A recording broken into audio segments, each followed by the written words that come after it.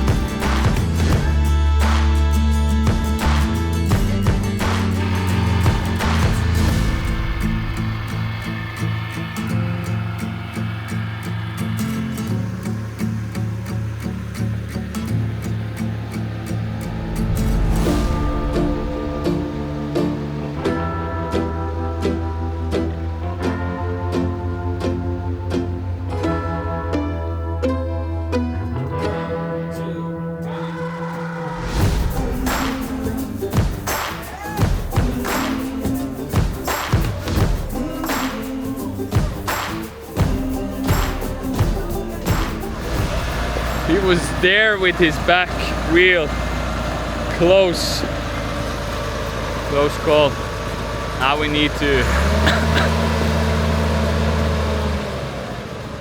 now we really need to get this road up and coming, and it's too narrow for sure.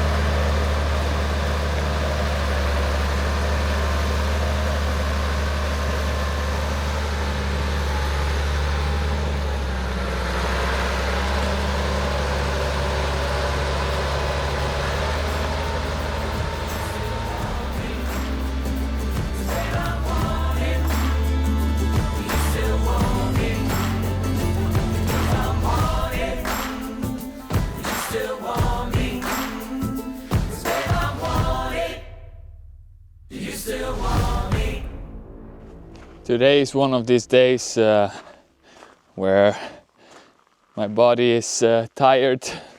I don't feel like doing so much. So I actually was taking a coffee in the morning home with my father, and then afterwards I've been collecting stuff, driving. It's been snowing today, and now it's over. So if you see here, new belts for the Caterpillar. So these days it's important to visualize and dream while we're doing all this, get some energy from that. And I actually just need to look over on those two cliff wall cabins. I don't know if you can see it here, but they look insane. In real life they look amazing.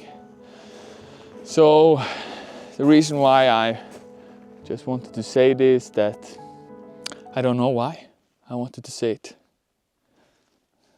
It's good to show that although I'm doing what I really want to do, some days I just need to take it slow.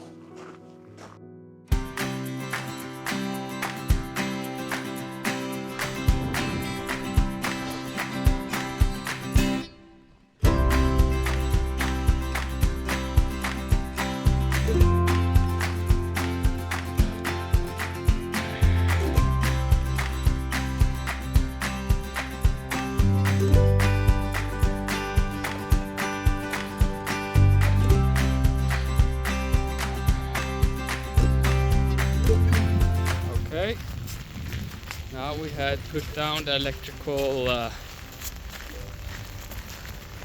pipe where we're going to stretch electricity. So this is how we do it, at least 10 centimeters with sand above. You can see that with my foot. This is perfect. And it's going to end here. We're going to have a box where we stretch the wire, and then we stretch it further that way. I'm going to show you a life hack if you're connecting pipes. I've tried without any silicone or W40, and I tried with. So you spray good around everything, and you spray good around here. If you don't do that, you will hassle. If you do that, it's like schmuck. It works like hand in the glove.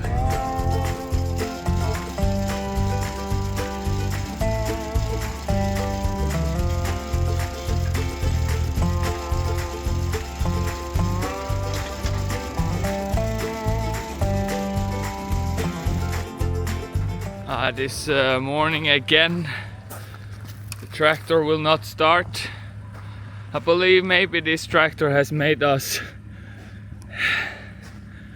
delayed for a week or two, and the same with the excavator. I know having old equipment has its consequences, but new equipment costs. So we don't have the capability to have new equipment, but today we thought we had fixed everything, and I feel the pressure. The only one that's bringing up that pressure is myself, but right now I don't like this machine. I know it's a good machine, but the thing when it doesn't start again and again and again. That's why I really love Toyota. Hova again did it. I was another place working. Now it's on.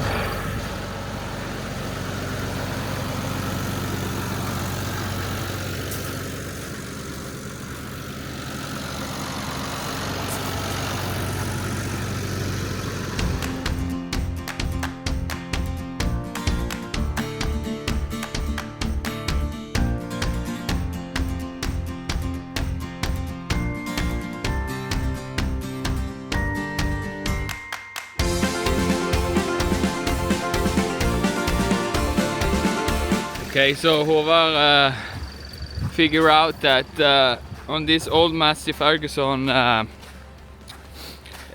stop switch you have on tractors, you pull the stop switch, that usually is hanging, and when that is hanging it doesn't give fuel and the pump does not work, I believe.